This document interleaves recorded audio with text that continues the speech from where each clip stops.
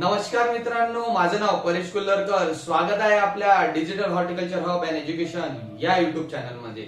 तर आज आपण बघणार आहोत स्कोप ऑफ हॉर्टिकल्चर म्हणजेच उद्यानविद्या आणि फल उत्पादनाचा वाव, तसेच या क्षेत्रामध्ये कोणत्या कोणत्या संधी आहे याबद्दल थोडक्यात माहिती.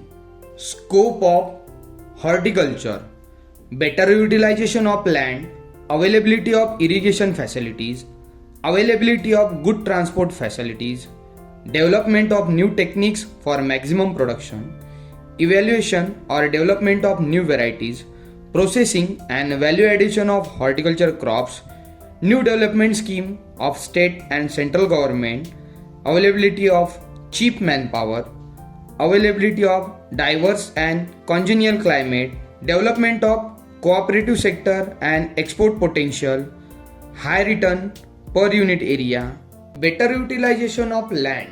According to estimates, there is a more than 200 million hectare of wasteland in India which can be brought under cultivation. This move, if implemented, will help the country in a big way to tackle the nutritional crisis. Some fruit crops can offer best utilization of wasteland crops like wood apple, custard apple, karonda, avda, etc. can be grown in such areas. Fruit growing can be practiced in place where the land is uneven or undulating and agronomic crops cannot be cultivated. In Konkan region, mango and cashew are cultivated on large scale on hilly and hillback area. Better utilization of land म्हणजेच जमिनीचा उत्तम वापर. अंदाजे भारतामध्ये 200 दशलक्ष hectare पेक्षा जास्त पडीत जमीन आहे, जी बागायती फळ पिके लावून आपण लागवडीखाली आणू शकतो. उदाहरणार्थ कवठ, सीताफळ, करवंद आणि आवळा अशा प्रकारची फळ पिके लावून आपण ती पडीत जमीन लागवडीखाली आणू शकतो. तसेच हे पाऊल अंमलात आणल्यास पोषण संकटाचा सामना करण्यासाठी देशाला मोठ्या प्रमाणात मदत होईल.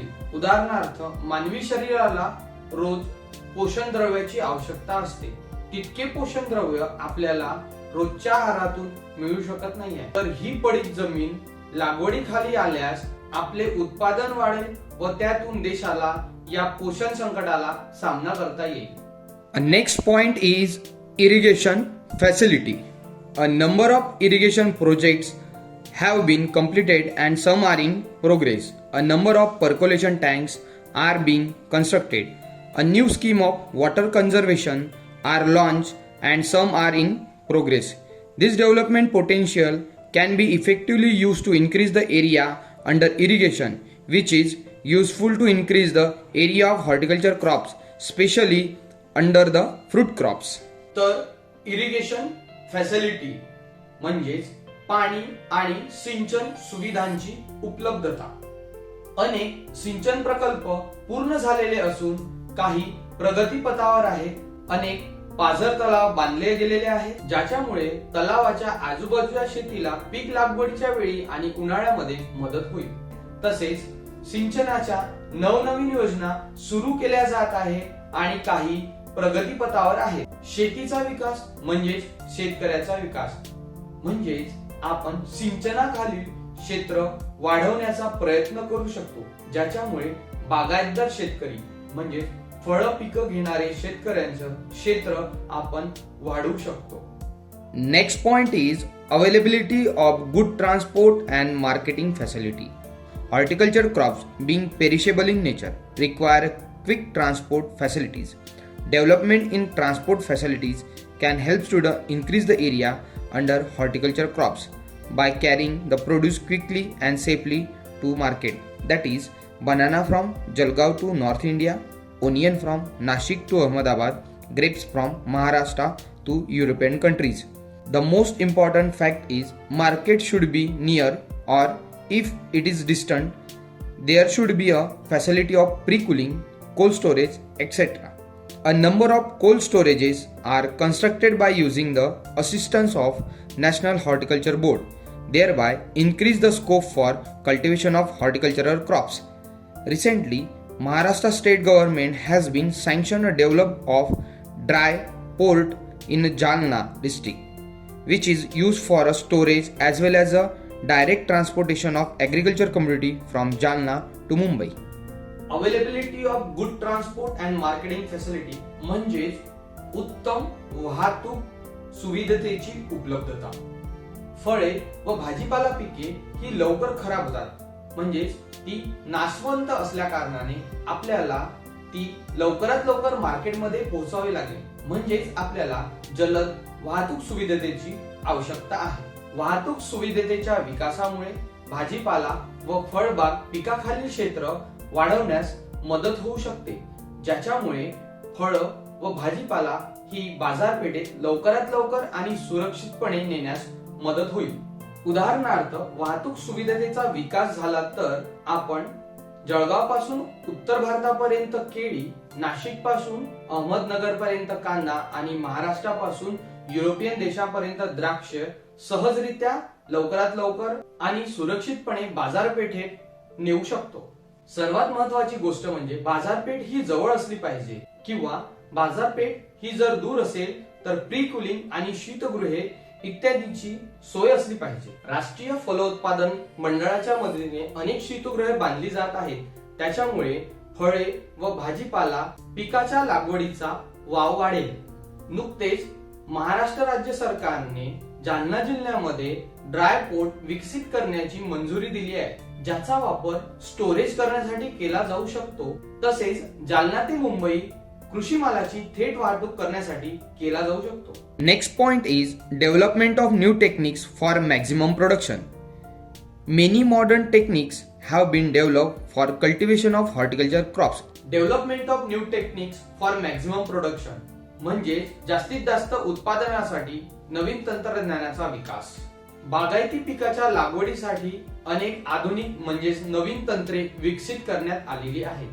Improve vegetative propagation techniques such as grafting, budding, layering, tissue culture, etc. are developed. वनस्पतींच्या जातींमध्ये सुधारणा करण्यासाठी म्हणजेच त्यांचे उत्पादन वाढवण्यासाठी बडिंग, लेअरिंग, ग्राफ्टिंग अशा टेक्निक्स विकसित केलेल्या आहेत. Use of growth regulators. झाडांच्या वाढीसाठी, उत्पादन वाढवण्यासाठी तसेच फळांच्या वाढीसाठी वेगवेगळ्या प्रकारचे प्लांट ग्रोथ रेग्युलेटर आपण यूज करत असतो.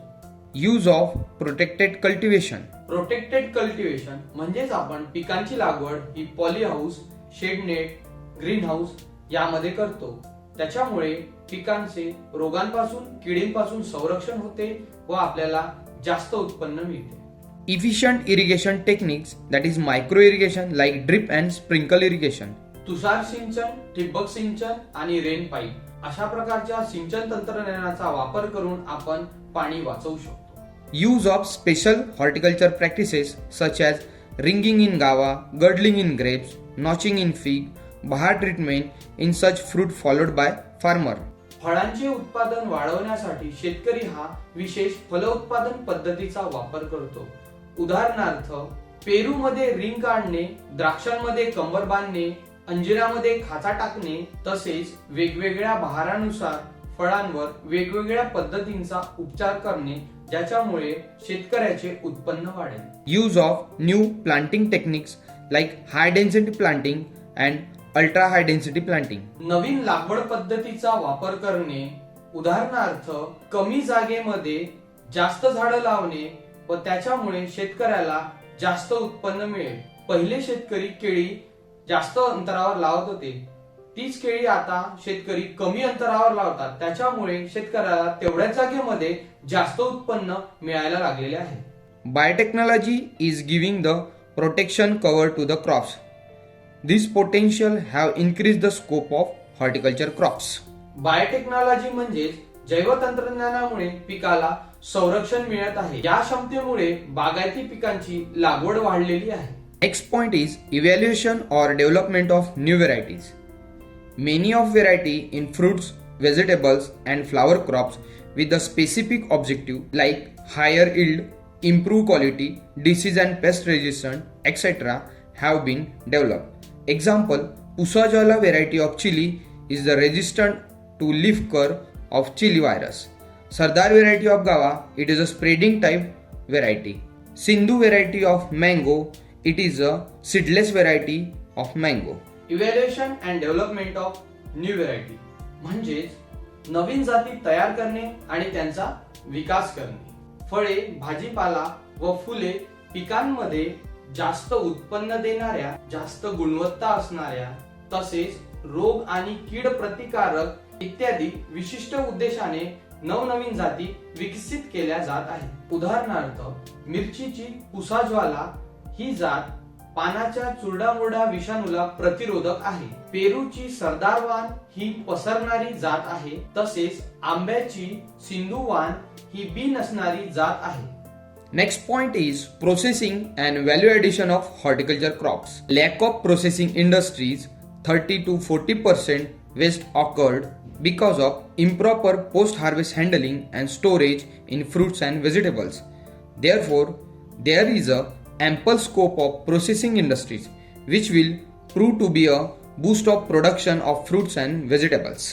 Processing and value addition of horticulture crops म्हणजेच फलोत्पादन पिकांवर प्रक्रिया आणि त्याची साठवणूक.